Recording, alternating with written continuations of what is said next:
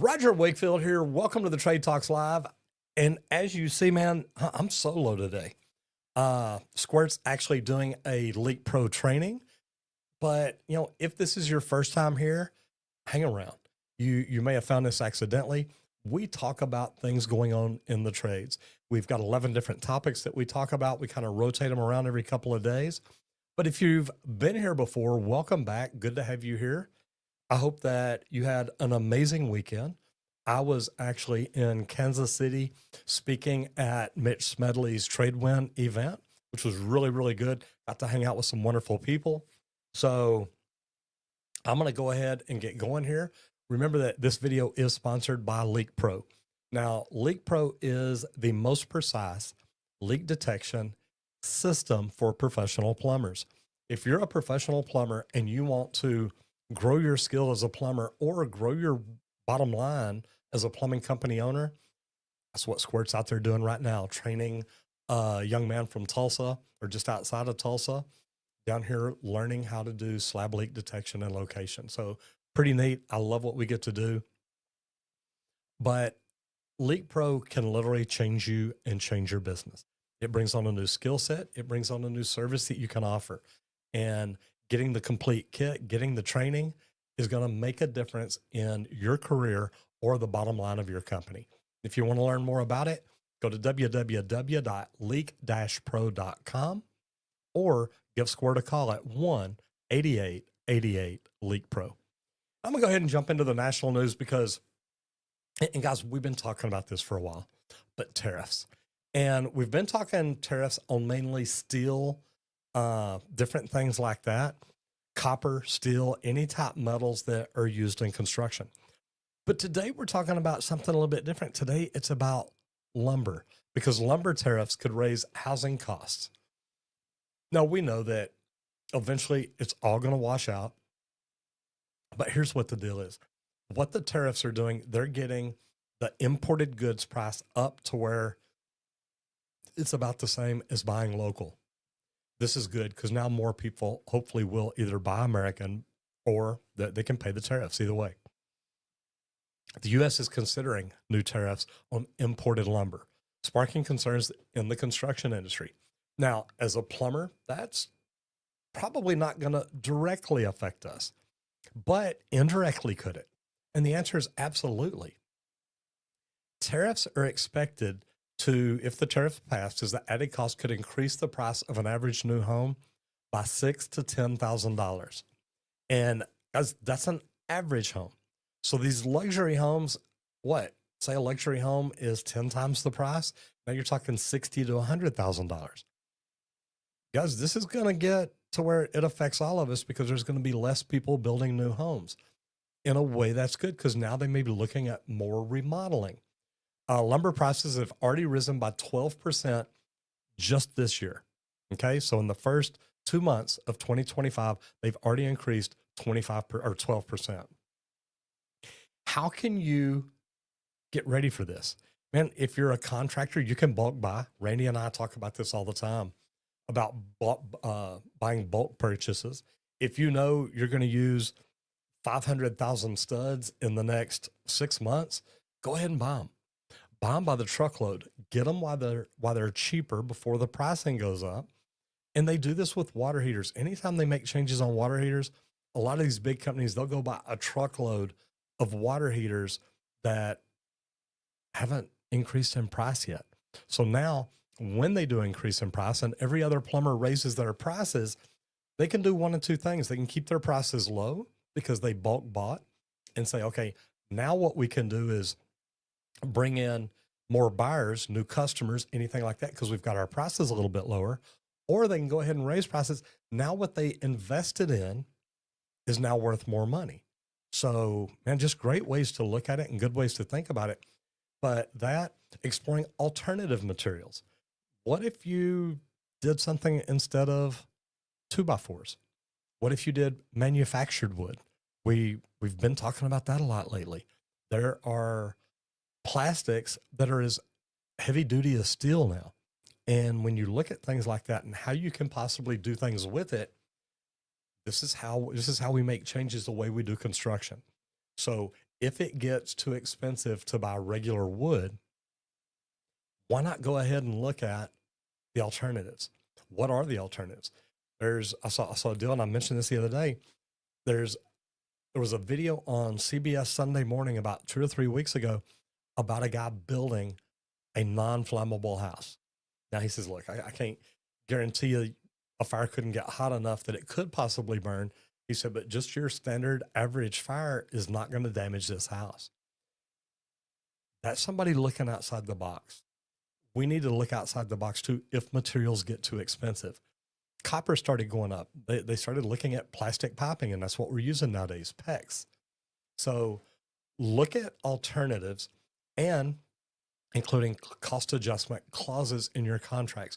If you build new homes, you need to put something in there saying, hey, look, just a heads up, if the materials go up, your cost is going to go up, because you as the subcontractor shouldn't be responsible for the fact that if tariffs get enforced here in the next week or two, well, now your material cost goes up 10, 20%. Shouldn't be you responsible for that. So something you want to think about.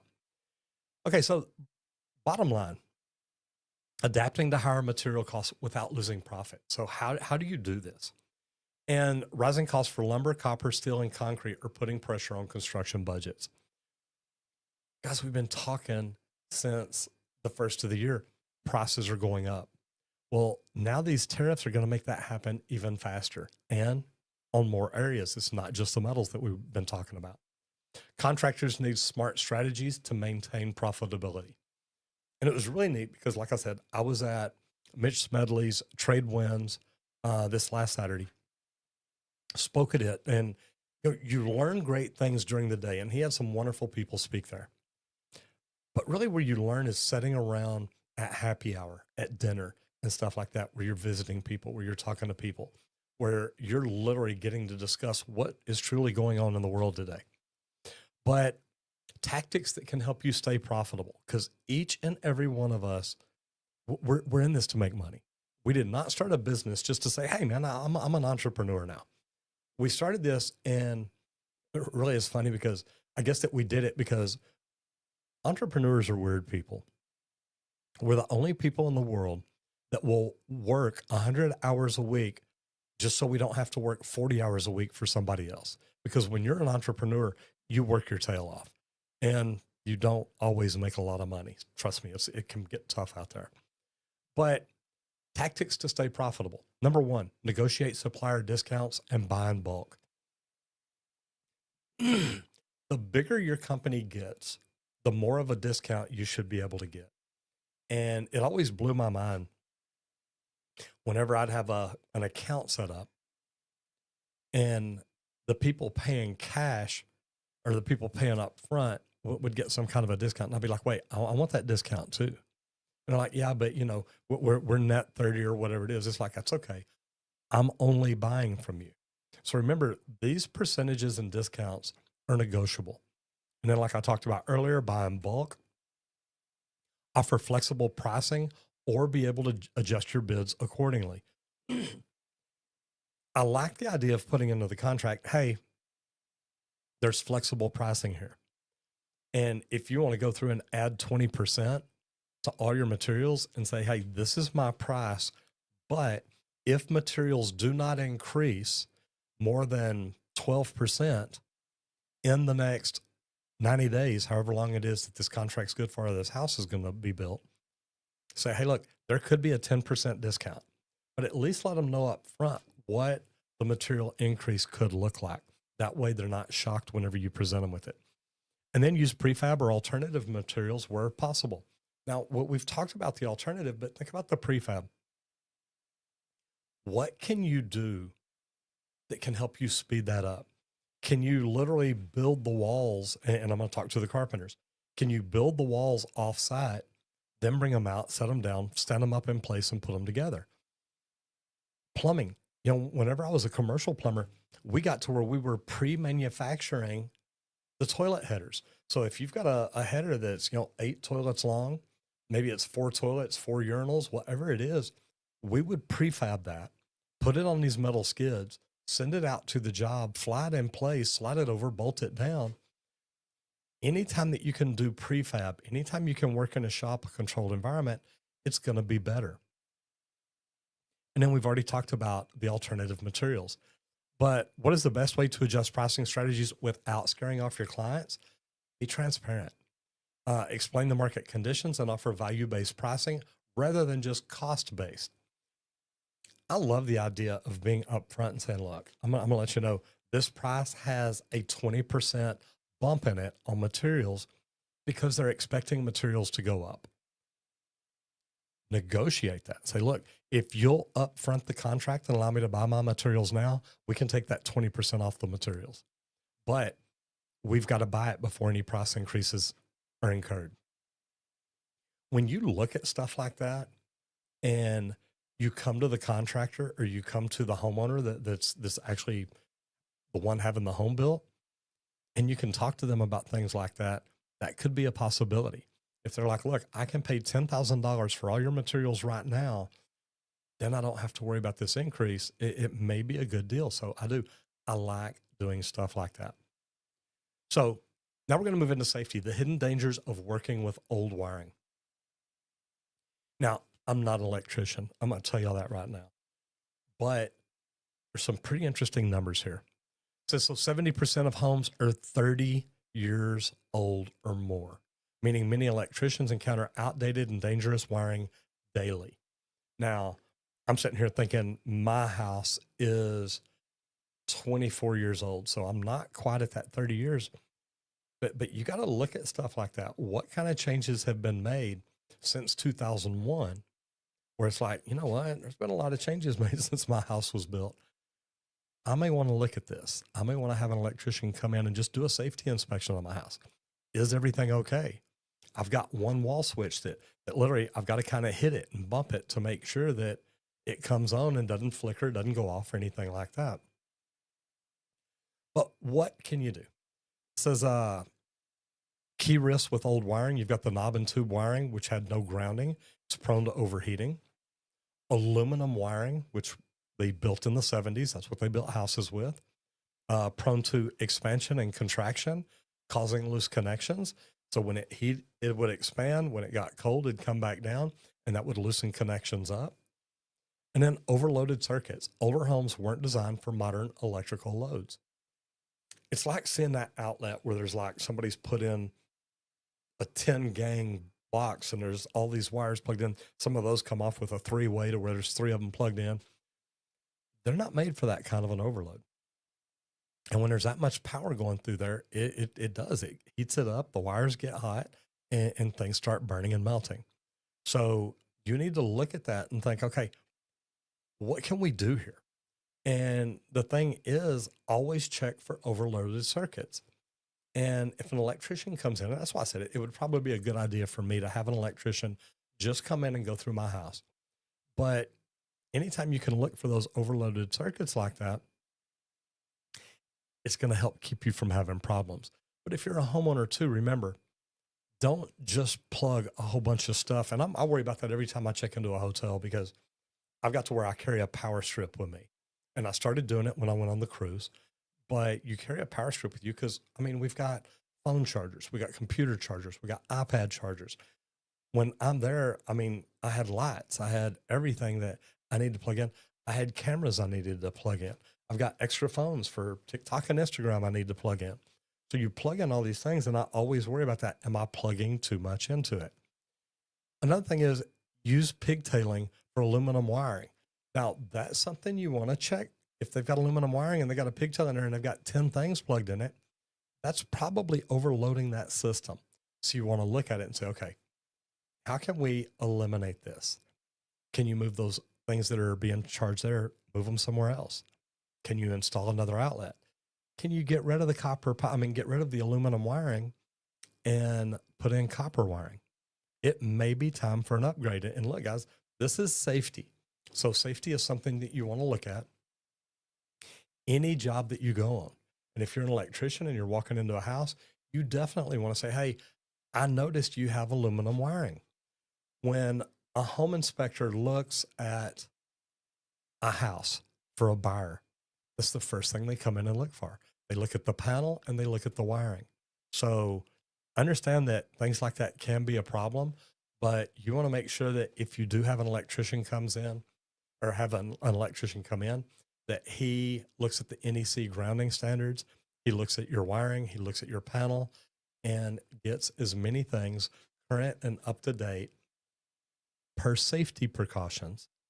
That way, your house doesn't end up catching on fire or anything like that. Now we're going to go into new construction.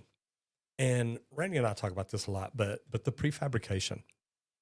And I want y'all to think about this because if I owned a plumbing company right now, I'd be looking at how much warehouse space can I get? Because prefabrication is reshaping home building. Now, if you're not doing prefab, and we really started doing prefabrication when I was in the union, and it was neat because we did it on pipe. So we had steel pipe, we had copper, we had the bathroom headers that I'm telling you about. And it's really, really neat because building all that offsite was amazing. And I know how much time we saved just by flying one in, bolting it up. But here's the cool thing.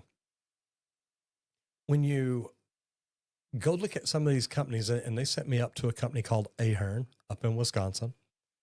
And when I went up there and did a tour about their prefabrication and what they were doing, and they were one of our best practice groups. So they're like, hey, come up, we'll show you what we do. They literally had lavatories that they had already put the pop-up assembly on. They had already put the faucet on. They already had the water lines on. Think about that. You literally come through, you drop this lavatory into, and I forgot to remind me. You come up, you have your apprentice come in and go ahead and DAP and set these lavatories. Well, then all you've got to do is come in, install the P-trap and the water lines and hook them up. And guys, what a great way to do it. You could have everything done. And they literally had these racks made that were like the laundry, or not laundry, the food trays at a hospital where they roll the cart around, they take a tray out, slide it out, and do it into a deal. They had these set up, and they had these lavatories slid into it. Man, what a great way to do it. But anything you can do to prefab is going to help speed things up. And it's popular because prefabrication can reduce your labor by 20 to 40% on a job. Any of y'all that have ever heard me talk, labor is where we lose money on projects. Your materials, you normally don't lose money because you negotiate your pricing up front. But when it comes to a job site itself, labor is the biggest factor. It's the biggest risk because you can't control every little thing. And the bad thing is most superintendents and foremen, if they put somebody on a little bitty job that should take an hour, they really don't worry about it. They're like, hey, you know what? Get over and get that taken care of. I used to tell people, you have less than an hour to get this done. So I need you to get it done, get it knocked out, and then get back over here and get wherever it is. The reason being, if somebody takes 2 hours to do that, they just doubled the labor. Chances are on a 100-foot run of copper that they may have 12 hours to do, chances are they're not going to double their labor. But you've got to keep an eye on those too. But it's the little bitty ones that you don't keep track of because those little things pop up every day. And then before you know it, you've lost a lot of hours because all these little 1 hour jobs turned into 2 or 3 hour jobs because nobody's watching, nobody cares, and nobody's keeping an eye on anybody. So watch that because the prefabrication can cut your labor by 20 to 40%. It also helps for faster build times. If you're cutting labor 20 to 40%, imagine cutting 20 to 40% off the days that you're on a job. Say you told somebody it'll take 100 days to do this job, and then you get it done in 60 or 80 days. Guys, that's huge. That is such a big deal. So looking at that and figuring out how can we do this to speed the time up is great. But now you've also got more controlled quality. And this is where, look, I used to do quality control. I love that because there's somebody overseeing, somebody watching things just to make sure that things get done right. What a better way than just to be able to walk in and look at this rack, say full of lavatory faucets, and you pull out a wrench, are the water lines tight? You know, did they use putty on the pop-up assembly? It doesn't take but a minute to look at it and say, okay, look, this rack's good. You sign it off and let it go. Now it's bad because when I was doing a big job at the airport, the the labor foreman, the guy overseeing the fab shop, he got lazy and he wasn't checking stuff himself. And I told him, look, y'all don't check it yourself. I'm going to quit manufacturing it here. We'll go back to doing it in the field. And they're like, well, you can't do that. It's like, yeah, I can. Watch me. And we had special degree cuts because we were going through a round building. So keeping an eye and checking quality can help really speed up the job. And if you've got somebody overseeing it that is really good, it can be amazing. But if it's not, now you're having to fix everything out in the field. It can be a pain. So will prefabrication replace traditional home building? No, it's never going to replace it entirely. But being at the Kitchen and Bath Industry Show and the International Builder Show last week, and there's a lot of cool little pop-up. One's called Boxable. I'm trying to remember the name of the other one, but it was so Zook, I believe. But it was so neat to be able to see what they were doing, how they were doing it, and the quality that these buildings are being done with. So looking at stuff like that is fantastic. Now, I'm going to take a drink real quick because I'm fixing to get on a soapbox. Okay. Now we're going to talk about mindset growth. Why people should start personal branding. And guys, this is a big deal to me. I don't know if y'all noticed, I'm always branded. I've always got on a Roger Wakefield logo. I've always got on a wristband. I wear the exact same shirts, either black or red, predominantly red. But I want y'all to think about this. I've got a 43-page brand book as a plumber. And my brand book tells me what colors to wear, what color red. If you look at the reds in our logos, it's a certain red. If you look at the black, it's a certain black, even the white. Look at this. We have a special guest in here today. And Randy, right now we're talking about mindset growth. Let me finish what I'm talking about, and then I'm going to have you talk about Leak Pro. But we've got a brand book, and this way here, whenever we do something with other people, sponsors, if we're sponsoring something, we can give them our brand book. When we have a website built, we can give them our brand book.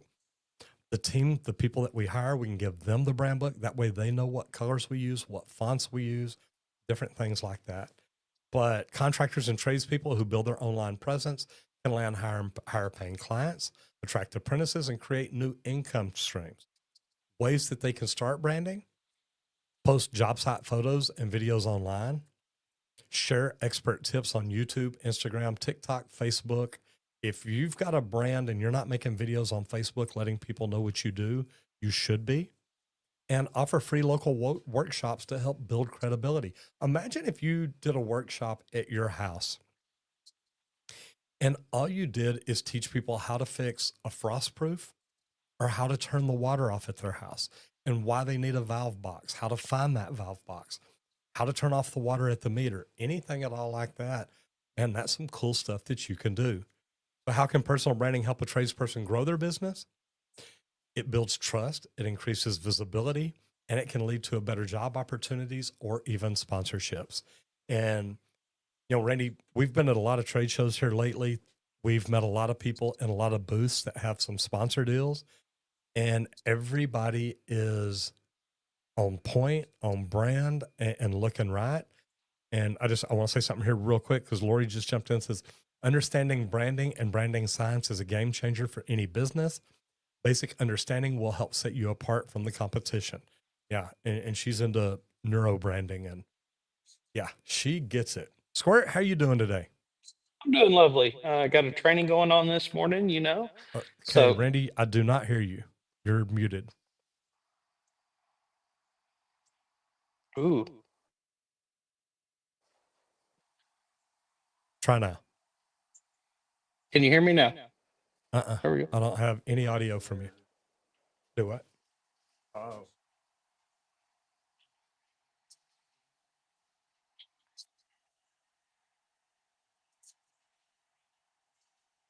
All right, let's try it now.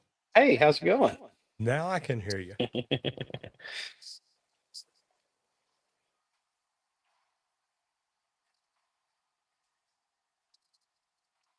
There we go. that better? That's better. I can hear you. Okay. Can you hear me? I can't. Okay. Talk about Leak Pro. Uh, so we do want to thank Leak Pro for sponsoring today's episode of the Trade Talks here. It's what lets us come to you live every day, Monday through Friday for an hour. Today I'm in the middle of a training, so that's why I'm not here much today. But got Roger in there keeping y'all going and cruising through the day. But we build the best leak detection system for professional plumbers. And if you want to check anything out about our equipment, we make two different ones. One for outdoor, mainly for the meter to the home service. That's my probe, durable, real strong for probing in and out of the ground. But I also make a sidekick pistol handle style with an aluminum rod on it. And that aluminum rod kind of eliminates that layer of concrete whenever you're listening for leaks underneath. And to check out that equipment, you can visit www.leak-pro.com, or you can give me a call at 1-8888 Leak Pro. As I said, I'm in the middle of it right now. I do a 2-day in-person training out here. I've got 11 leaks under a slab. We learn line locating. We learn leak detection learn to pinpoint leak detect under slabs and just outside of the slab. I've got one. But also day 2 of training, we move into sewer systems and how to isolate branch lines underneath a home, all from the double clean that outside. Uh, so you can come out here and get trained for me personally on exactly how to use the equipment to pinpoint locate leaks. But the best part is being able to learn sewer isolation so that instead of replacing a whole sewer system under a home, that's not always what that customer needs. Go in there and test it and find out. Maybe it's just one branch line in a bad spot of the house or something. So come on out and learn how to do it all. Okay. So Randy, you've got Brennan here training today. Tell me what else he already learned. What has he done this morning so far? So already this morning, we kind of ran through, the approach, how to approach a leak detection. If you're called out for one, learn how to run through the meter, things like that. He's already learned line locating. So we've gone through, laid out every line under our slab, so he knows exactly where all those are. We're cruising through, starting on his first leak now. We've already got an area limited down with just the water. He's currently in the middle of adding air and kind of working on the pinpoint for that location now. And then we'll keep those going all day because the leaks get harder and harder. And the neat thing is you've got 11 leaks under the slab there. What is the best part about getting trained on something like this? Honestly, it's, because like a lot of people ask me, oh, could you come out and just teach me here? I can come out and I can teach you how to locate one leak if that's what you really want, but it's not going to benefit you. You come out here, I've got 11 leaks pointed at different angles, different depths, different everything to kind of work you through the process from easy to hard. And I'm going to tell you, easy is not really easy, okay? Because it starts out pretty difficult. Yeah. Because these leaks aren't the Instead of easy easiest. to hard, it's hard. It's hard to really freaking hard. I'll agree to that. Yeah. But it does. You leave here though, knowing exactly the right steps, the right process, and you've got the confidence to be able to approach any leak detection and work the process, guys. You're gonna find your leaks. So, and here's the thing that I hear most when people come in and go through the training, they're like, look, I feel so confident in the fact that because we know where the leaks are. I mean, it's not like they're marked or anything, so we still have to go out and find them, but we can always look back at our notes if we wanted to. But to be honest, we find them just like they do. It's like, let me just listen along it. I know that this is where it is. And the cool thing about it is when have found 11 leaks, because some of these people, you've done a project manager before that had never been even, he's not a plumber. Yeah, it was just Knew sales nothing guy about from the leak office. detection. But he was going to come learn it so he could go back to his office and teach everybody else how to do it. And when you work with someone like that and they're like, hey, this is really pretty cool. They get trained, they learn how to do it. And, on the first one or two, it's like they may be 6 or 8 inches off. You get down by the 10th or 11th one and they're like, yeah, it's right here. It's a pretty cool training, isn't it? It is. Like, and that's what most people want anyway, is hold my hand, show me how to use this. And when you come out here, we walk you through every step of the process. And then, just like the guy this morning, the first thing he's doing, he's kind of reading through that user manual. It's like, look, this is everything you're going to learn today. It runs you through the process. I want you to know that, because if you ever get frustrated on a job, bring that patience back in, pull this book out, start at step one, and work the process.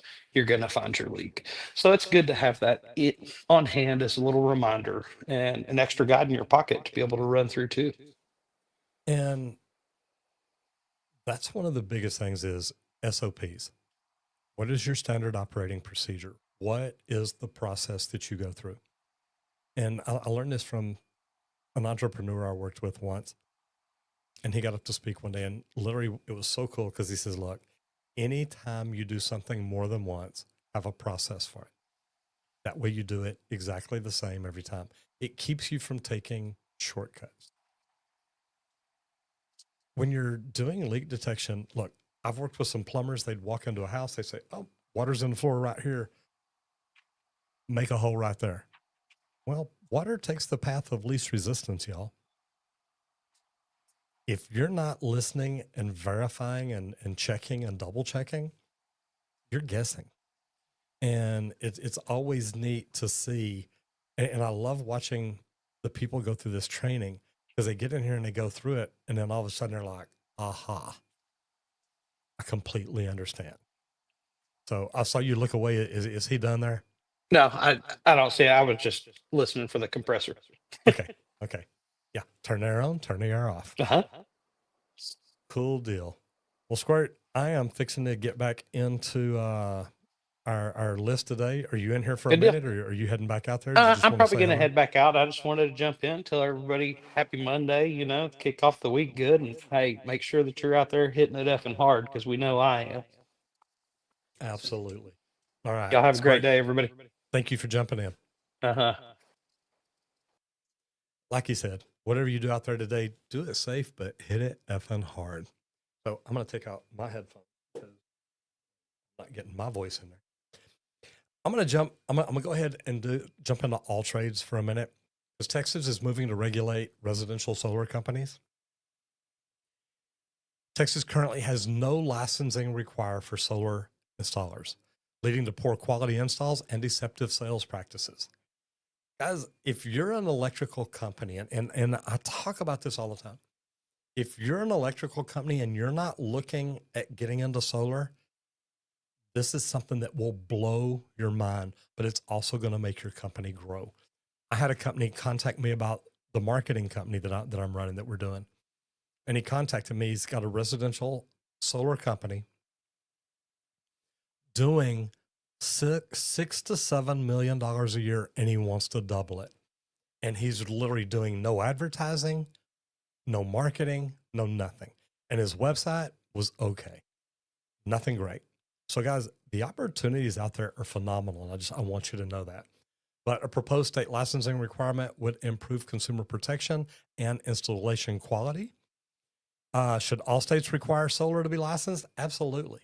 And I don't know, I haven't done the research on this to see if any states are requiring it now. I'm sure that some are, but without oversight, it's not good. Customers risk poor installations, unfulfilled warranties, and safety hazards. So I think, yes, every state should require licensing. And talking about licensing, we're going to go into laws and licenses. What do you need to know about the new OSHA heat safety rules? Because guys, all this changed this year. The new OSHA rules require mandatory hydration and cooling breaks for construction workers in hot climates. And Texas is in a hot climate. This applies to all workers exposed to temperatures over 90 degrees for extended periods of time. Guys in Texas and Phoenix and California, certain places, it gets up over 100. So this is going to affect a very large area. Over 90 degrees, most of the United States. So I think this is going to affect a lot of people. Mandatory hydration and cooling breaks. Now, I haven't read the OSHA act or law yet, but this is something that you need to be looking at. Employers must provide shade, water, and scheduled cool down periods. Guys, our cool down period used to be, hey, go grab a glass of water and let's go. Anybody who knows about this or knows anything about it, man, put it in here. Love to see what you've got. And I'm going to jump into comments real quick. Yes, everybody here's Randy or heard him. Thank y'all very much. I do appreciate it. Greetings from Burl Worldwide. Wait, clicked the wrong one. Greetings from Burl Worldwide, Beverly Hills. Thank you for being here. Mr. Matt McDonough says, I love leak detecting in the casinos. Oh my God. See, we would do that at like 2 or 3 in the morning. Randy actually had to do one time. I think it was WinStar, but he went in at like 3 in the morning when not as many people were playing. Squirt's doing a great job out there. Musa Omo Changyang says, thank you. Thanks for having him here. Yeah. And Matt says 130 in Phoenix and 120 in Vegas. I'll tell you what, I was in Vegas 2 weeks ago and it was cold. So I'd have taken the 120. I like that a whole lot better. All right. So look, we're going to jump into business training. Still there? Attracting Gen Z to the trades. And this, I love this topic because more Gen Z workers are choosing the trades over college, but recruiting them takes a different approach. Here's what they want. And I want y'all to think about this because if you're going to grow your company, you're going to need some Gen Zers. And I hate to tell you this because a lot of people are like, oh, Gen Z people don't work. Yeah, they do. You've just got to know how to work with them. First of all, they want hands-on learning and technology-driven jobs.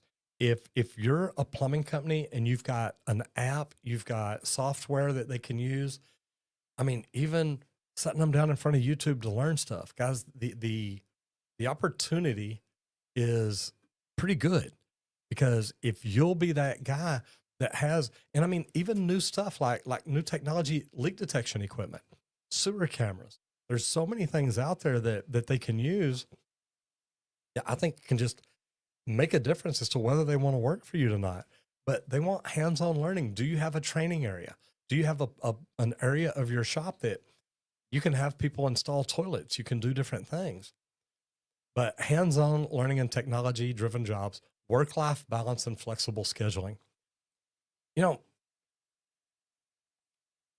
we talked last week about when we did a 410 schedule, and I used to love that. It was a rotating 410 because we always had to have people there. So being able to set that up and do that, it worked. It worked out really, really well. But then they want clear career growth and entrepreneurship opportunities. Here's what I used to tell people is, look, when you come to work for me, I'm going to teach you how to do things right. And I've got three former plumbers that I know that now are running their own companies. And 2 of them are doing social media. So I see what they're doing and I love it. They're doing good stuff.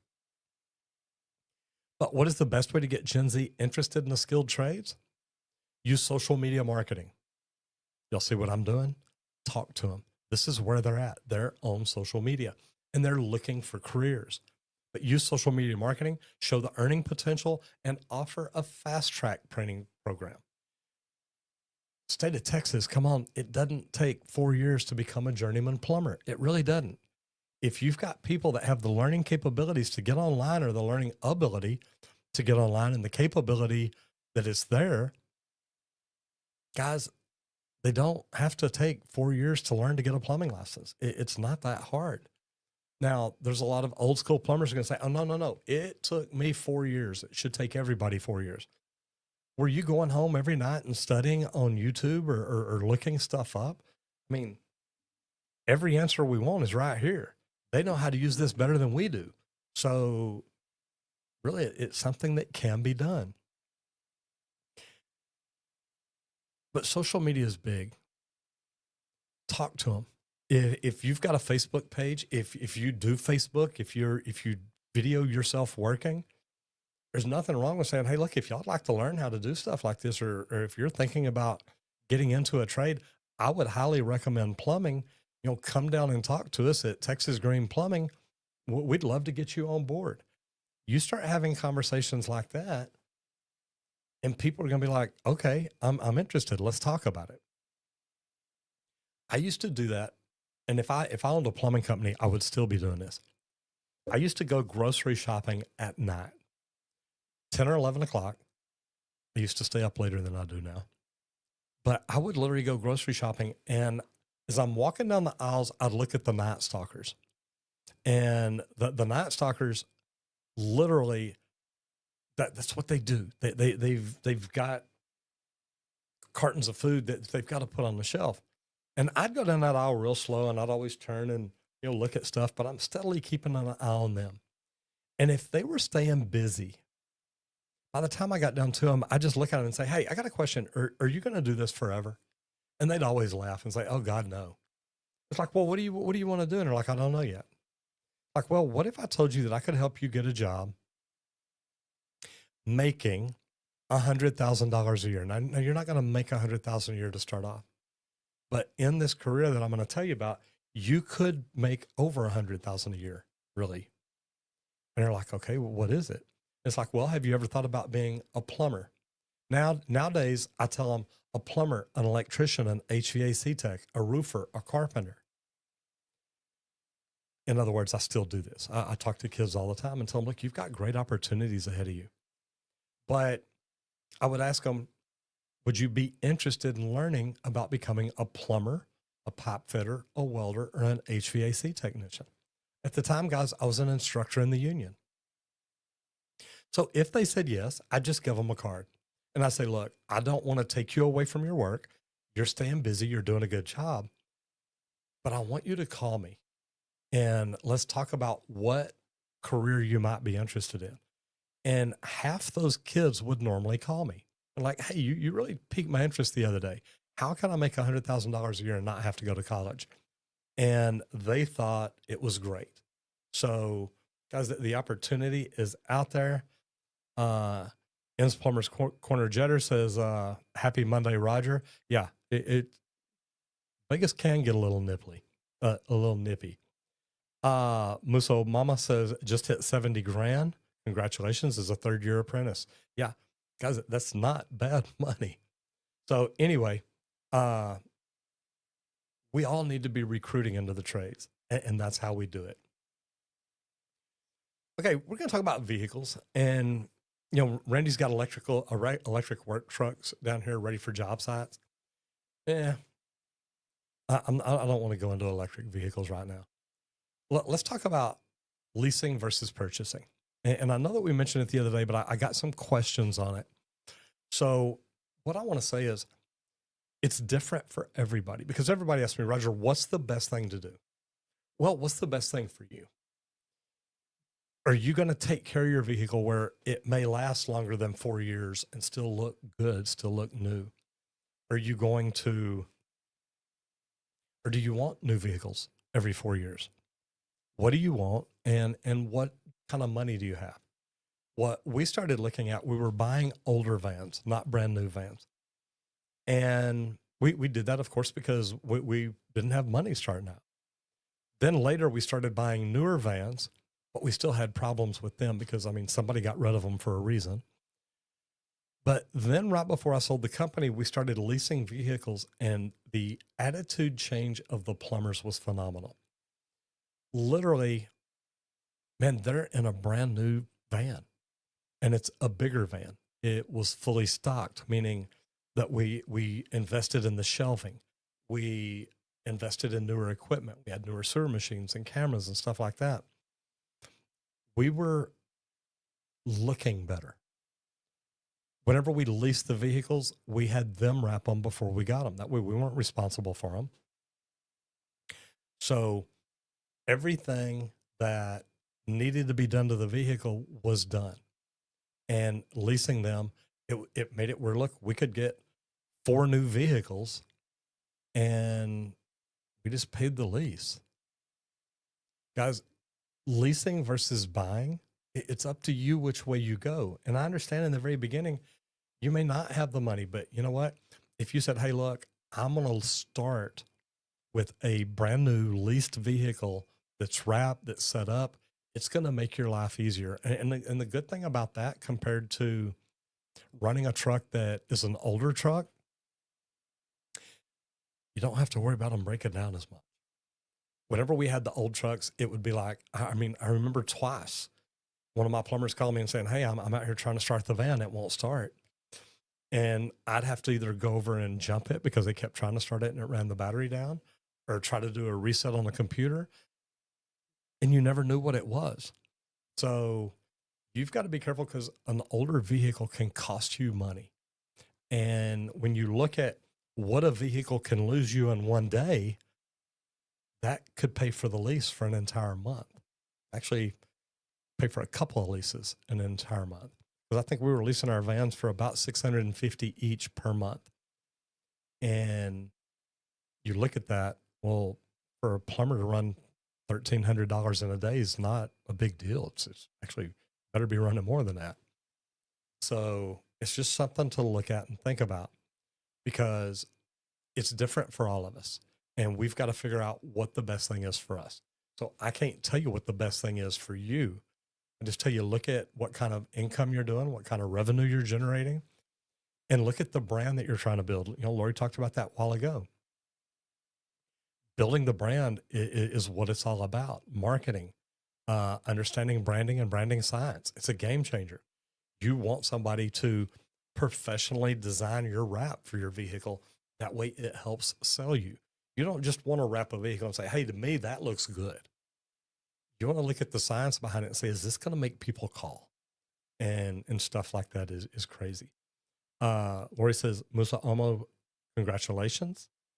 And he said, thank you very much. And plumbing changed my life in a major way. And it can, guys. Look, the reason I love recruiting people into the trades, and there were so many people that was at the Trade Winds conference this last Saturday that told me that, Roger, 2 of them, Roger, you're the reason I started my own company. One of them was, you're the reason I got into the trades. I started watching you, 7 years ago, 6 years ago. And it's crazy that it can change people's lives like that. But Musa, I hear that every day about how getting in the trades changed someone's life. So I think it's fantastic. I know that it does happen and it can happen. So to me, it's good stuff. So let's talk social media here. We're going to talk about electricians. Featured creator is The Electrician U on Instagram, YouTube, TikTok. It says The Electrician U is one of the biggest online educators for apprentices, journeymen. Covers code updates, troubleshooting, tool reviews. Now it says it's Electrician U. Just want to make sure y'all know that. Look, I love what Dustin Stelzer does. He's a good guy. He's a friend of mine. I've been down to talk to him in Austin. He's in Boston now, but he's headed back to Austin, and I'm ready because we're going to get together and do some collaboration stuff. But Electrician U, one of the biggest online educators for apprentices, journeymen, and master electricians. Code upgrades or code updates, which is great because that's something that we should be looking at more. Just our code really doesn't change that much. Troubleshooting and tool reviews, and I love tool reviews. Thing is, most people don't want me to review their tools except for Milwaukee. Milwaukee's like, look, we make the best tools there are. Go for it. I love that. So why follow him?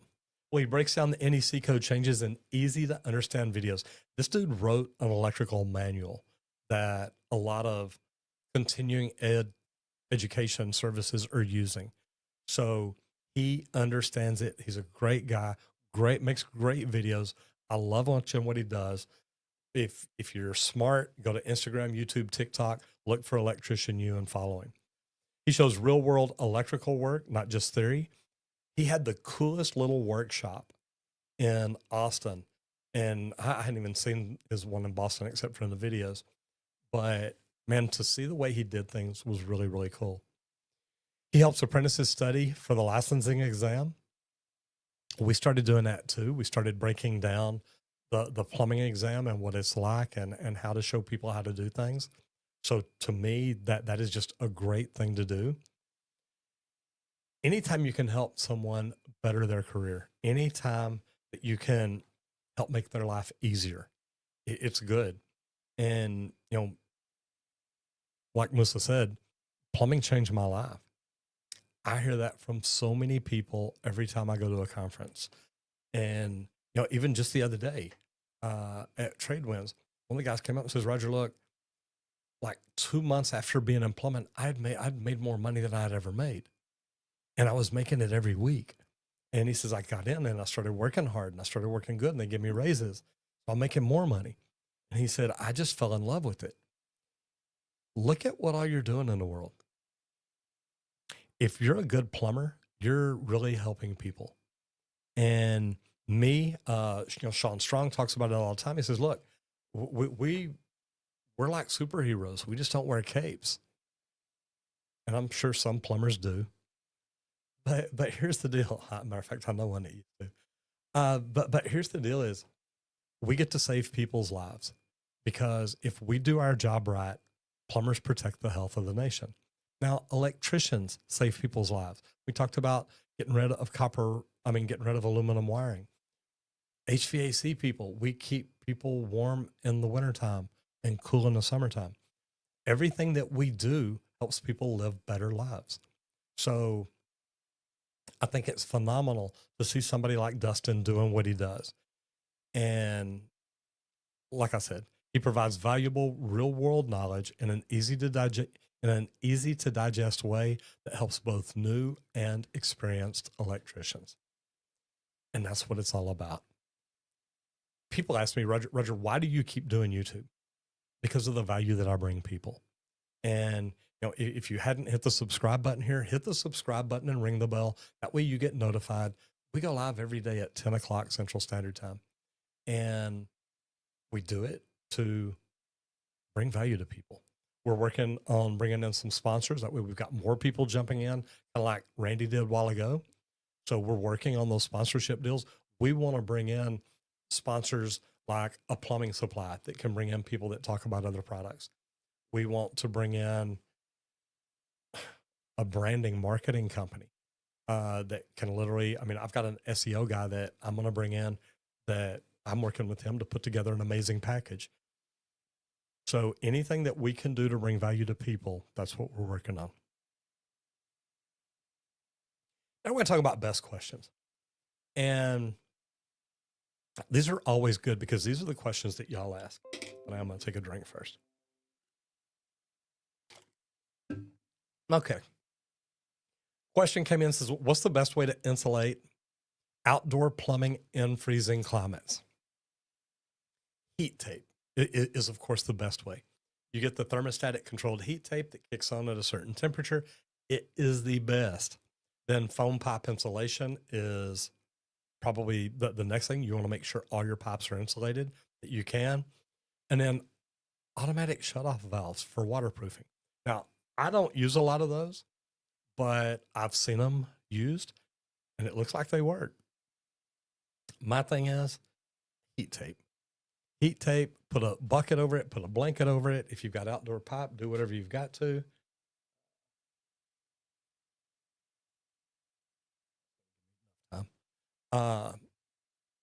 So at the end of the day, you want to do anything you can to protect those pipes.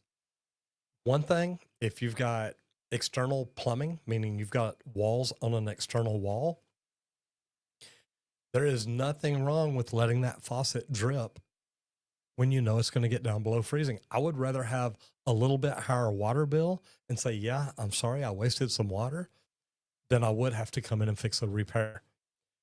Next question is, what's the most effective way to train a new apprentice? pair them with an experienced mentor, and rotate tasks to build out a well-rounded skill set. And think about that. Randy talks all the time about when he would get walked around the new job, because normally when in the union, when you bring a new employee out, the superintendent will walk them around, show them, hey, this is the foreman and this is so-and-so, so-and-so. And, they'd always come up to this old guy and point at him and say, look, this is Roger. Nobody wants to work with Roger. He's grumpy, but he's a really good plumber. And they're like, no, that Squirt is like, that's the one I want to work with. He's like, look, I don't mind him being grumpy. If I can learn from him and if he's really that good, that's what I want. So it's always nice to see that. But rotate tasks. And, I talk all the time about, I used to be able to run multiple apprentices, and I would teach my apprentices to do different things. So I had some that were good at layout. I had some that were good at caster, and I had some that were good at copper. But I also wanted to mix it up where they were doing different things. If I can get them learning different things, it's going to make them better people. And I'd always talk to them about the numbers. How long should it take to do this? And I'd pull out my MCAA labor book. And then I knew, okay, this is how long it should take, but we bid this job at a factor. So really you only get 60% of that time. But look, I've already got the materials here. I've got this here. I've got this here. I've done this. This is how we beat that. And me as a superintendent, I always made sure that I had the materials there ahead of them. Materials, tools, equipment, anything they needed. That was my biggest job. Stay ahead of my men on everything that they do. So to train the apprentices, talk to them about hours, talk to them about doing it right, talk to them about why you do it right. And I'd always tell them, look, if you got a notepad and pen, take notes, because I'm going to give you some good stuff. I got a question down here, a comment, I guess. Paul says, I'm taking my aptitude test for the plumbing union tomorrow. Thanks to all the information you've shared through your channel. Thank you for sharing your wealth of knowledge. Paul, number one, what union are you going to apply to? And congratulations. Look, I love to see people get out, and if you want to get in the union, get in. It is a great training for commercial plumbers. If you don't want to get in the union, don't. You can find a good open shop company, but look around. Make sure you find one. Make sure you find one that's going to invest in your training, because to me, that's the most important thing. And that's one thing that I love about the union. I was an instructor in the union, so that was always a big deal to me. Guys, remember, today's video was sponsored by Leak Pro. Now, we teamed up with Leak Pro because I think Leak Pro is the most precise leak detection system for professional plumbers. Randy's out there doing a training today. I think the training facility we have is world-class. I've been to one out in California. I've been to one in Florida. They were nothing like this. We have built a training facility that teaches you how to make money. And we do it by teaching you how to find leaks. So think about that. If you just bought the equipment and you don't know how to use it, how good do you think you're really going to be at it? When you come here, you learn how to find water leaks under a thick slab, and we've got 11 of them, and they're at different depths. They're at different angles. We drilled 16th-inch holes, some point up, down, and to each side. And we know where they're at. We buried them under there. But when you come out and you put on your headphones and you grab your sidekick and you walk around, first of all, you learn to locate the lines underground. Then you learn how to locate the leaks. This is going to change your revenue as a plumber, because now you bring more skill sets to your companies. It's going to change your revenue as a plumbing company owner, because now you're not outsourcing the leak detection to someone else, the location to someone else. You're doing it yourself. And literally just talking to him today, he says, Roger, we've been sending it to another company. He said, but starting Friday, they started booking me. He's already got 3 jobs booked for Wednesday. So we teach you how to find the leaks on the water line. Then we take you over and we teach you how to find the leaks on the sewer line. We've got cast iron and PVC. We've got it set up where we can show you how to flip test balls, how to isolate lines, how to prove to people where the leak is, or prove to them that there's not one. Either way, it's going to be a great thing. but this is a training that I've never seen done before, and that's why I wanted to build this. So special shout out to Leak Pro. Thank you for sponsoring what we do. If you want to find it, go to www.leak-pro.com. And if you want to find out about the training, give Squirt a call at 1-8888-LEAK-PRO. Guys, I'm Roger Wakefield. Thank you for being here today. And whatever you do out there today, do it safe and hit it effing hard. Bye, guys.